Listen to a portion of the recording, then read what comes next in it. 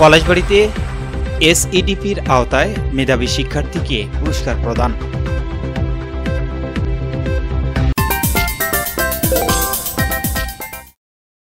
আসসালামু আলাইকুম।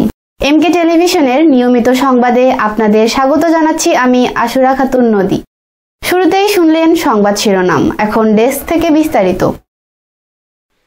গাইবান্ধার পলাশবাড়ী উপজেলা মাধ্যমিক শিক্ষা অফিস ও জেলা শিক্ষা অফিসের আয়োজনে মাধ্যমিক ও উচ্চ শিক্ষা অধিদপ্তর এবং শিক্ষা মন্ত্রণালয়ের অধীনে performance based grants for secondary institution scheme এসইডিবির পুরস্কার বিতরণী অনুষ্ঠান অনুষ্ঠিত হয়েছে। শুক্রবার সকালে উপজেলা পরিষদ অডিটোরিয়ামে এ পুরস্কার বিতরণী অনুষ্ঠান অনুষ্ঠিত হয়।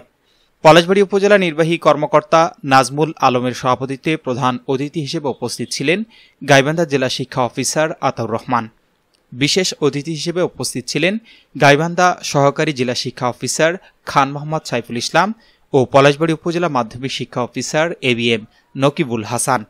শিক্ষার মান উন্নয়নে স্কুল পর্যায়ে পারফরমেন্স বেসড প্রণোদনা প্রদান, যা শিক্ষকদের মাঝে উৎসাহ উদ্দীপনা সৃষ্টি করছে এবং শিক্ষার পরিবেশ উন্নয়নে সহায়ক হচ্ছে। পরে স্কুল কলেজ থেকে নির্বাচিত উম্মে হাবিবা আক্তার রিনি নামের একজন মেধাবী শিক্ষার্থীকে পুরস্কৃত করা হয়। এ সময় বিভিন্ন শিক্ষা প্রতিষ্ঠানের প্রধান শিক্ষক, শিক্ষার্থী ও স্থানীয় গণমাধ্যম কর্মীরা উপস্থিত ছিলেন। S Rahman, news desk, MK television.